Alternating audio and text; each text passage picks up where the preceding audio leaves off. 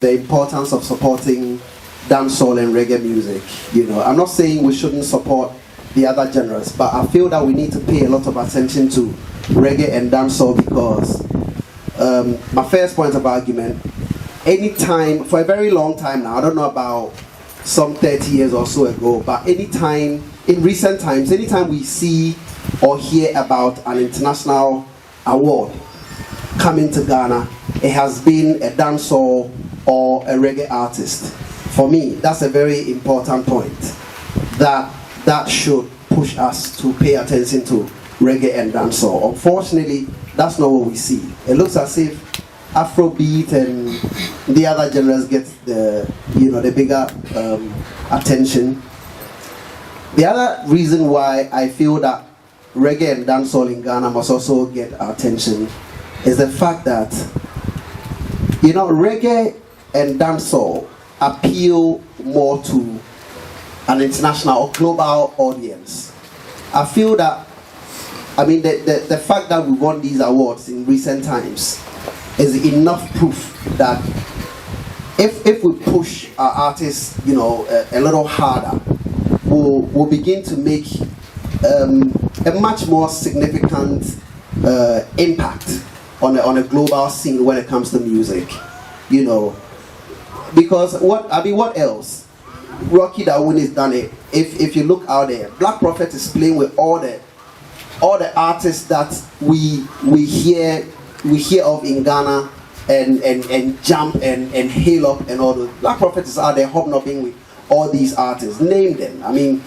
K-Potan, Sean Paul, Tyrus Riley, Dwayne Stevenson, all the biggest names in reggae and dancehall, sit with Black Prophet, and they actually respect him being an African coming all the way from Ghana and doing the quality of music that he does. And Black Prophet is not the only artist that we have in Ghana that we can push. I think Black is getting that kind of attention because he's been able to cross over and traveled, out there. I feel that any of our young people here, if they have that same opportunity to be out there, would have many of such, giants out there. Raising the flag of Ghana for us. So let's pay attention to reggae and dancehall. It is international.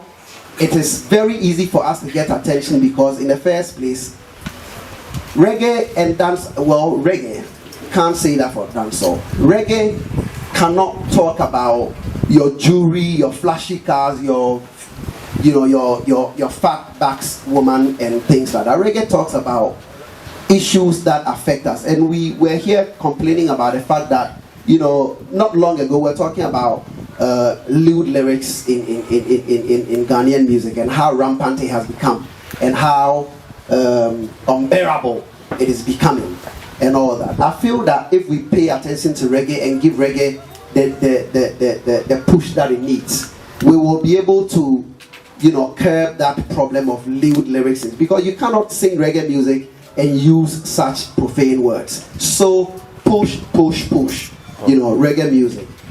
I feel that the dancehall artists also, once they have some attention, will begin to check themselves. At the end, it's naturally, as Ghanaians, there are a lot of things that we don't condone.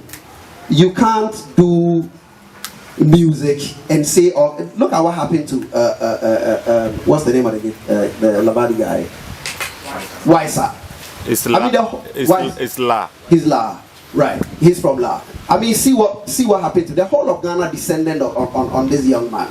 Elsewhere, nobody would even pay attention to stuff like that because it's nothing new to them. But to us, such acts are so alien to us. We're such self-righteous people. We're so moral conscious people.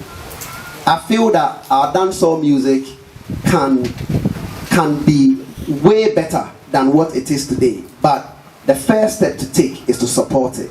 Let's just support it.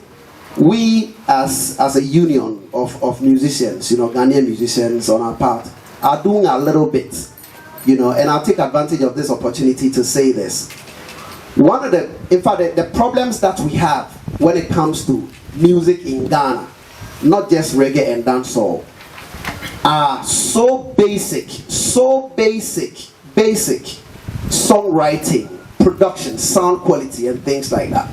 Today, when you listen to music, it's like, what is our music talking about? It's all about shake for me, your baka boom boom, blah blah blah blah, things like that. Music is supposed to do much better than that, you know. And so on our part, we will be organizing the songwriting workshops, you know, the music marketing workshops and things like that. It will be up to the stakeholders, I mean musicians and, you know, artists, creatives who are into music, to take advantage of such capacity building exercises, because without those things, then we will not make any move, because the music needs to develop, and the only way we can develop the music is to go down to the basics and start from there. Start learning to write good music.